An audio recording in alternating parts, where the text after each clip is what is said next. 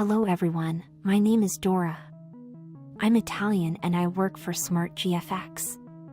I welcome you all to this first episode of Cracking Cicada.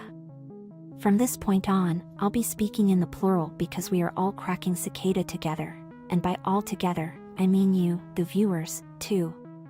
With the information we will be sharing with you, we might shed light on what still remains the greatest mystery of the internet today.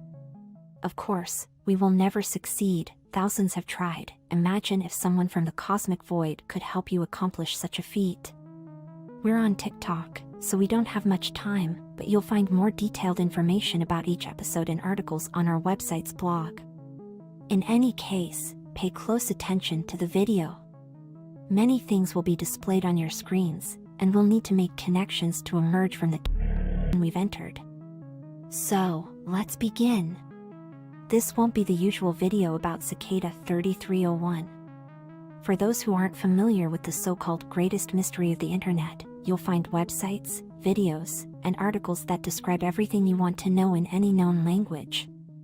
For those who are familiar with the topic, we wish you a pleasant viewing. We'd like to emphasize that all the research and conclusions we'll discuss have been carried out by a single person. Naturally, to refute certain theories, the speaker had to consult well-known professionals, whom we thank and will mention when addressing specific topics. For everything else, we'll rely on what has emerged from the research and common sense, and we'll ask questions that have never been answered. We'll also provide new and lesser-known information. Point 1. We could have started with the usual January 2012 post through which Cicada introduced itself to the world on 4chan. But that would be cliché. The only interesting information about that post is the original screenshots of that discussion, which are overlaying on the screen. Of course, it's 4chan, so if you see blurry images, that's completely normal given the platform's nature. Analyzing the content, message history, and discourse, we're sure we won't need to add much about that post and how the discussion evolved genuinely and without artificiality. Enjoy the read. So, what's point 1? We need to start from the foundations. And what are the foundations of an organization with hundreds of secretive individuals spread all over the world? Obviously, their logo. So, in a worldwide premiere, 11 years after its appearance and after seeing it everywhere, we will see the incredible techniques used to create this work of art. Many, including entomology and graphic experts, have tried to scan every pixel, generating tons of discussions, but no one has ever shown what you're about to see. So now, using a virtual machine, we will see how, without using shortcuts but only the mouse on GIMP, we will generate Cicada 3301's official logo. Let the timer begin. As you can see, this is how Cicada 3301's logo was created. This might even qualify for the Guinness World Record for the logo created in the shortest time, reaching the most people globally. As you may have noticed, there are a few simple steps, and the people behind Cicada were brilliant. A famous quote by Picasso goes, "Good artists copy, great artists steal." However, here we might encounter a slight problem, but we're sure it won't be an issue. The organization's logo, as many had suspected, features a cicada specimen that until a few years ago was called Tocina splendida, particularly a Thai variant. How did we find this out? Well, it was a tutorial on page 23 of Liber Primus. We're not experts in graphic design. The original photo that gave birth to the logo has always been online, even before it became Cicada 3301's permanent logo.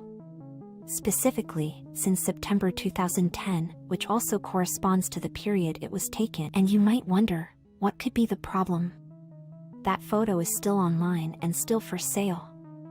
Its copyright and intellectual property still belong to the person who took that photo, as shown in the overlay, and as confirmed when we requested information from the sites where it's for sale.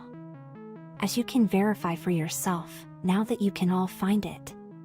The photo was only available on 2 stock image sales sites, both uploaded by the same owner, who can decide to sell its single usage according to specific well-indicated guidelines. On the site we're showing you, it has the watermark. On the second site where it was sold, there's a low-definition preview without the watermark, and it could be saved with a click at the time. Now, we can return to Cicada's opening message on 4chan. Why? The answer is simple. As you all know, the message read, "Greetings, we are looking for highly intelligent individuals." The speaker assures you that they're far from being a highly intelligent individual, but they do have some doubts.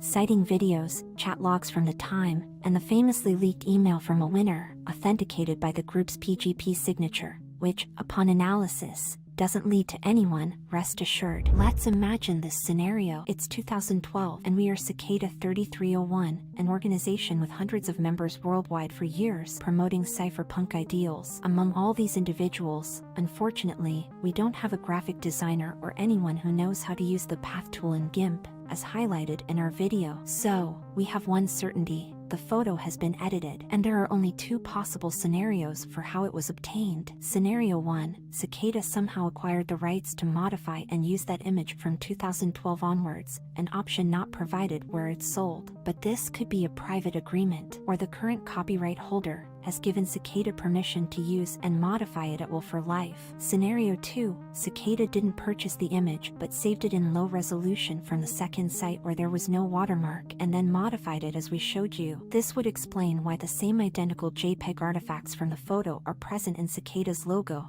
matching pixel by pixel. But this is obviously a coincidence. In this scenario, which is definitely not the right one, there would be a serious violation of copyright and intellectual property rights. This violation, which obviously never happened, would endanger the identity of anyone who used that logo. Why? The answer is straightforward. Cicada had some unfortunate moments and managed to allow us to use the term dox themselves several times in every single puzzle they made from 2012 to 2014. And we're not just talking about misconfigurations of Apache servers that publicly exposed their providers and other confidential information, but also about errors that are explained better in the article. In this scenario, which we absolutely exclude but need to mention for completeness, the owner of that photo, armed with the knowledge of the providers where their modified work was published, could contact them through legal means and, with the video above, demonstrate that an offense has occurred. The provider would then be obligated to protect themselves and, if a violation is established, provide the data of whoever registered the domains where it was used to the injured party, and this applies to anyone. The image has also been filed for the registration of the Cicada 3301 trademark, namely Primus Holdings LLC, which appears as the last name with the inscription "All rights reserved" in the 2021 film inspired by our mysterious story, and that trademark is accessible online by anyone.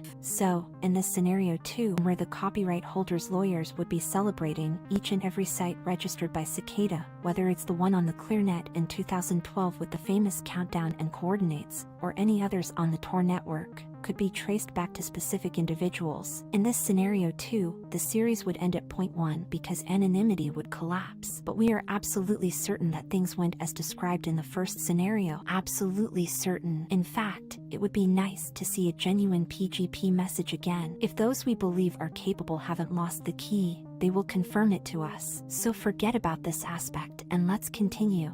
Point 2.